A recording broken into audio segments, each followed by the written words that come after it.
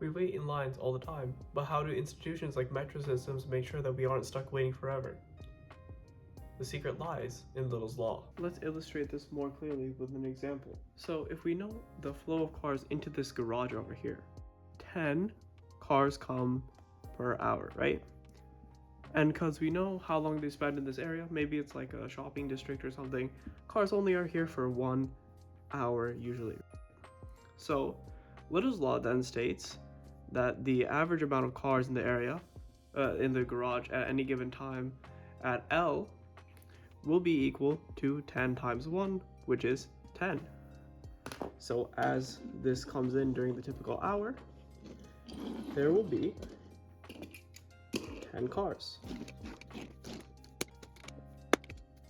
So why is Little's Law important? It helps us understand what the system can actually hold and what it is holding. And to further make more use of Little's Law, it can actually be broken up into subsystems. Let's illustrate this with another example. Alright, let's use this hospital as an example.